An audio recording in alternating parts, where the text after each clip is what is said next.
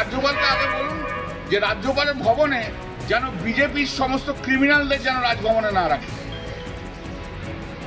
ওই রাজভবনে বসে ক্রিমিনালদের রাখছেন আর সবাইকে একটা করে বন্দুক দিচ্ছেন আর বোমা দিচ্ছেন, মেরে এসো তৃণমূলের লোকেদের। আপনি আগে সব এটা বন্ধ করুন। আপনার মতো অপদার্থ রাজ্যপাল যতদিন থাকবে, বিজেপির চাকর বাকর রাজ্যপাল যতদিন থাকবে, ততদিন ভালো জিনিস পশ্চিমবাংলায় কখনো টিকবে না। রাজ্যপালকে বলুন বিজেপির ক্রিমিনালদের যেন রাজভবনে না রাখেন। সবাইকে বোমা বন্দুক দিয়ে বলছেন তৃণমূলকে মেরে এসো। রাজ্যপালকে বেনজির আক্রমণ শ্রীরামপুরের তৃণমূল সাংসদ কল্যাণ বন্দ্যোপাধ্যায়। সেই মন্তব্যের পরেই এবার কড়া ভাষায় বিবৃতি জারি করল রাজভবন। রবিবার সকাল থেকে খুলে দেওয়া হলো রাজভবনের সিংহদুয়ার। সিআরের মুখোমুখি রাজ্যপাল সিভি আনন্দ বোস বললেন, রাজভবন কোনো চিত্রনাট্যের মঞ্চ নয়। I am really flattered that the Honorable MP finds me capable of single-handedly arming a political party.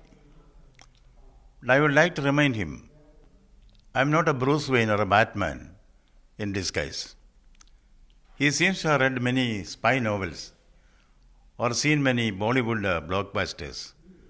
And he feels that in the Rajbhavan, we are shooting an Hollywood action movie. This is a place where constitutional activities are done.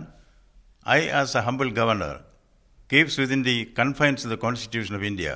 রাজভবনের পক্ষ থেকে জানানো হয়েছে, সাংসদ, নাগরিক সমাজের সদস্য এবং সাংবাদিক সহ সর্বোচ্চ 100 জন তাৎক্ষণিকভাবে রাজভবন পরিদর্শনে আসতে পারেন।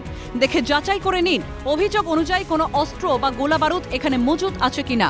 যদি অভিযোগ অসত্য প্রমাণিত হয় তাহলে সাংসদদের মানুষের কাছে ক্ষমা চাওয়া উচিত এবং আইনি প্রক্রিয়ার মুখোমুখি হওয়া উচিত। Legal action against Kollan Banerjee's comment? See, about the comment of the MP, I am reminded of what Shakespeare said, told by an idiot, full of sound and fury, signifying nothing. I would like to dismiss it as such. But if the irresponsibility is repeated, or if it is found that it is baseless, then I leave him the option of gracefully apologizing to the people of Bengal. Otherwise, whatever legal action is tenable will be pursued. Kalyan Banerjee भी आ सकता है, कोई भी MP हो, कोई नागरिक हो, कोई रिपोर्टर हो, कोई सिविल सोसाइटी मेंबर हो, जो भी यहाँ आ सकता है, वेरीफाई कर सकता है, एवं कोई आर्म्स एंड एमुनिशन से एवं कोई क्रिमिनल से। একই সঙ্গে কলকাতা পুলিশের ভূমিকা নিয়েও প্রশ্ন তুলেছে রাজভবন।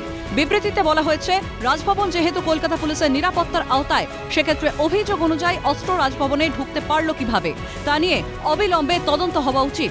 এই ধরনের ঘটনা রাজ্যের রাজ্যপাল এবং রাজভবনের কর্মীদের জন্য বড়সড় হুমকি বলেও দাবি করা হয়েছে। When he is criticizing the governor as a person who harbors criminals within the Rajbhavan campus and also storing arms and ammunition, he should not have forgotten that the security of Rajbhavan is with the Calcutta police. What he impliedly saying is that Calcutta police has failed in its duty or connived with the criminals, which is a strong criticism against the Home Minister, who happens to be the Chief Minister. Probably he may not have thought about that. রাজ্যপালের নিরাপত্তা আধিকারিকরা তাকে সাময়িকভাবে রাজভবন ছেড়ে নিরাপদ স্থানে যাওয়ার পরামর্শ দিয়েছিলেন, যদিও তা মানতে নারাজ রাজ্যপাল বোস। রাজভবন আরও জানিয়েছে, লোকসভার স্পিকারকে এই বিষয় আনুষ্ঠানিকভাবে জানানো হবে এবং সাংসদদের বিরুদ্ধে ওঠা গুরুতর অভিযোগের তদন্ত করার অনুরোধ জানানো হবে।